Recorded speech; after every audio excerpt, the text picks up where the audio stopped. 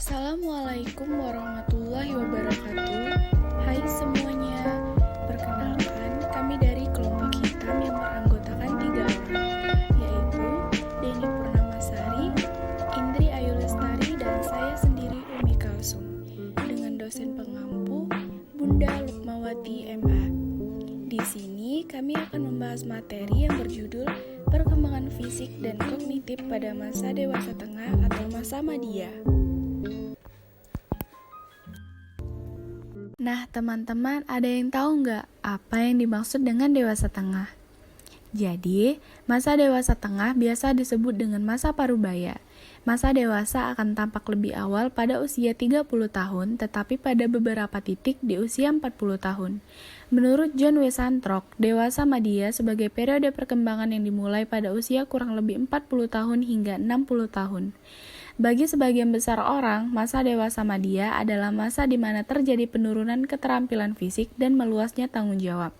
Sebuah periode di mana seseorang menjadi lebih sadar mengenai polaritas usia muda dan berkurangnya jumlah waktu yang tersisa di dalam hidup. Singkatnya, masa dewasa madya mencakup keseimbangan antara pekerjaan dan tanggung jawab di tengah-tengah perubahan fisik dan psikologis yang berlangsung seiring dengan proses penuaan.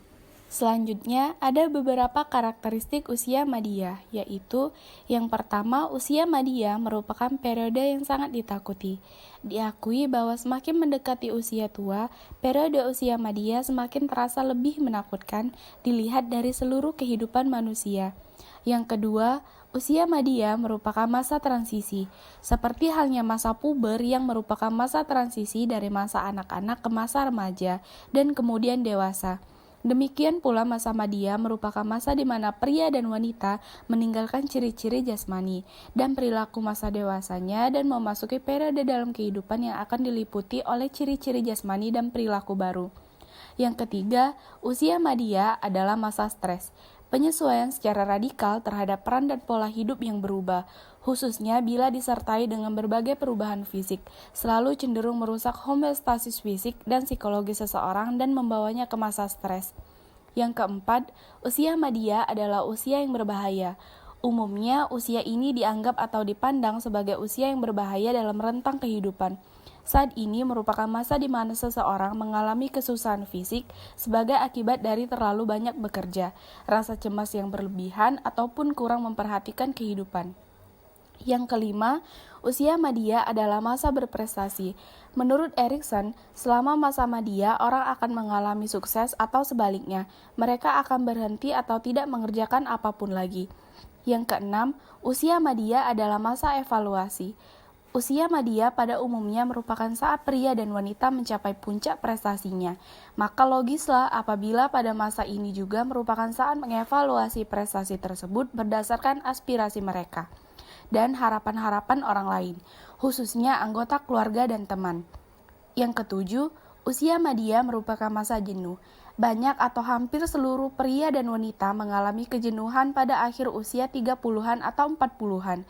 Kejenuhan ini tidak akan mendatangkan kebahagiaan ataupun kepuasan pada usia manapun.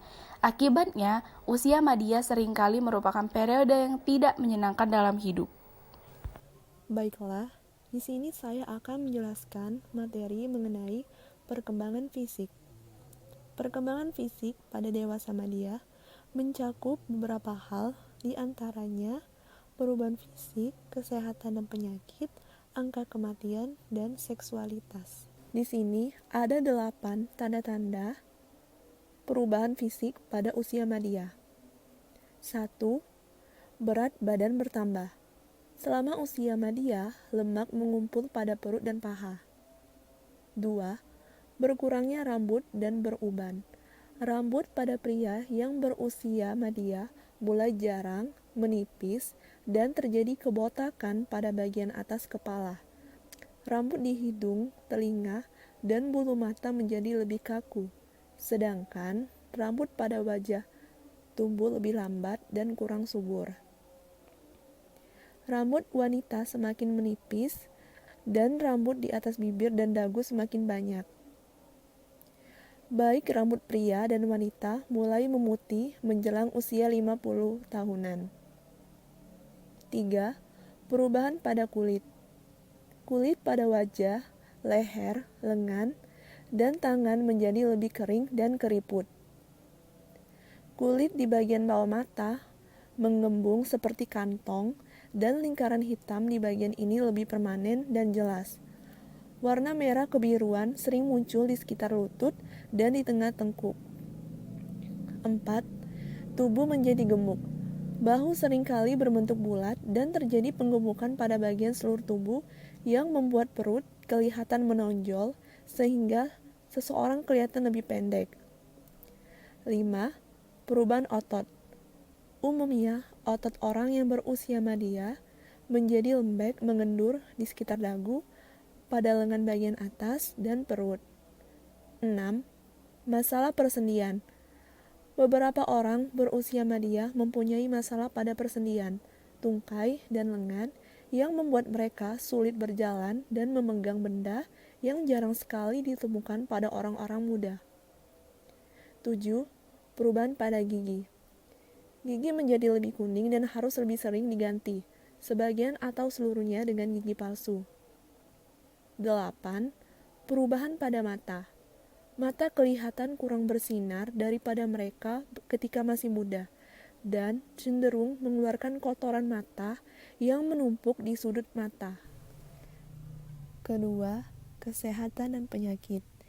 Di masa dewasa menengah, frekuensi individu yang mengalami kecelakaan berkurang dan individu tidak lagi terlalu mudah terserang selesma dan alergi seperti ketika pada masa kanak-kanak, remaja, atau dewasa awal. Ketiga, angka kematian. Di usia dewasa madya, banyak kematian disebabkan oleh kondisi tunggal dan sudah dapat diidentifikasi, di mana pada usia tua, kematian lebih sering disebabkan oleh kombinasi efek dari beberapa kondisi kronis. Keempat, seksualitas. Klimakterik adalah sebuah istilah yang digunakan untuk mendeskripsikan transisi hidup dewasa madya, di mana terjadi kemunduran dalam hal fertilitas. Perkembangan kognitif. Pada perkembangan kognitif ini, yaitu mengukur kemampuan kognitif di usia parubaya. Orang-orang parubaya sedang dalam kondisi puncak. Kecerdasan cair mencapai puncak sepanjang masa dewasa awal, sedangkan kecerdasan yang mengkristal meningkat sepanjang masa parubaya dan seringkali terus meningkat sampai hampir di akhir kehidupan. Poin pertama, intelijensi. Intelijensi meliputi dua hal. Yang pertama, menurut Horn, crystallized intelligence atau akumulasi dari informasi dan keterampilan akan terus meningkat di usia dewasa madya, sementara fluid intelijensi atau kemampuan melakukan pengenalan abstrak akan menurun. Yang kedua, menurut Settle adalah studi longitudinal Settle atau perubahan dan stabilitas intelijensi individu. Yang kedua adalah pemrosesan informasi. Kecepatan pemrosesan informasi yang seringkali diukur dengan kecepatan reaksi akan menurun di masa dewasa madya. Beberapa hal yang meliputi perubahan pemrosesan informasi yang terjadi di masa dewasa menengah. Yang pertama, kecepatan dalam memproses informasi. Kecepatan perseptual mulai menurun di masa dewasa awal dan penurunan ini terus berlanjut hingga masa dewasa menengah.